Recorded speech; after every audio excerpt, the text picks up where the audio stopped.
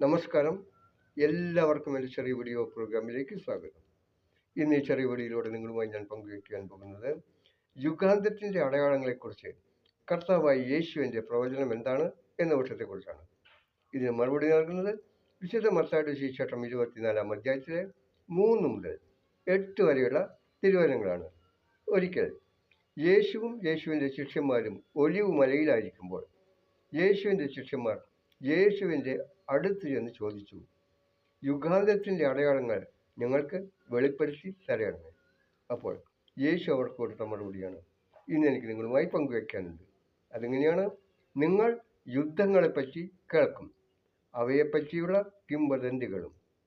ജനം ജനത്തിനെതിരായും രാജ്യം രാജ്യത്തിനെതിരായും ഉണർന്നെഴുന്നേൽക്കും.